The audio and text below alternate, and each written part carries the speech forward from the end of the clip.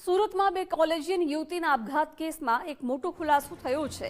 પ્રેમી સાથે બ્રેકઅપ થતા યુવતીઓએ આપઘાત કર્યાનું ખુલ્યું છે।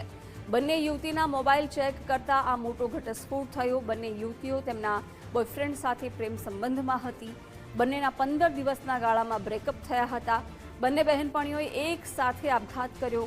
સંસ્કારધામના બાથરૂમમાં જઈ અને આપઘાત કર્યો હતો। વિગતો મેળવીશું સંવાદદાતા રાકેશ પાસેથી। રાકેશ, બંને બહેનપણીઓના આપઘાત મામલે હવે મોટો ઘટસ્ફોટ એ થયો છે કે બંનેનું બ્રેકઅપ થવાને કારણે આપઘાત કરી લીધો છે।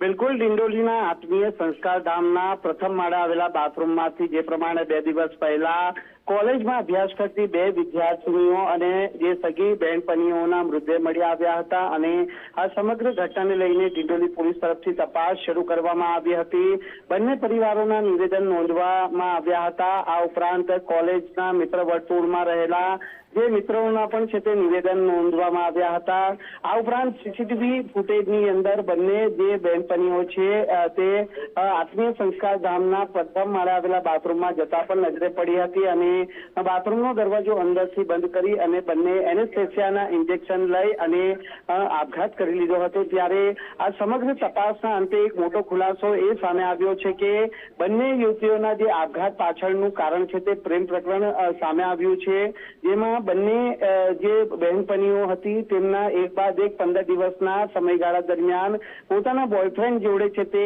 બ્રેકઅપ થયું હતું અને તેના કારણે માથું લાગી આવતા બંને બહેનપણીઓએ અંતે જીવનનો અંત આણવાનો જે નિર્ણય કર્યો હતો અને બંને જે હતાશામાં ધકેલાયેલી આ બંને યુવતીઓ છે તે આત્મીય સંસ્કારધામ ખાતે પહોંચી હતી અને ત્યારબાદ છે તે આ અંતિમ પગલું ભર્યું હતું। હાલ તો ડિંડોલી પોલીસે આ સમગ્ર મામલે છે તે હવે વધુ તપાસ હાથ ધરી છે, કારણ કે તે બે બોયફ્રેન્ડોના નામ સામે આવી રહ્યા છે કે જે આ બંને યુવતીઓના મોત માટે જવાબદાર હોઈ શકે છે। એટલે આ બંને યુવકોની પણ હવે પોલીસ છે તે પૂછપરછ કરશે અને આગામી દિવસોમાં આ બંને જે બોયફ્રેન્ડોની ધરપકડ થાય તો નવાઈ નહીં।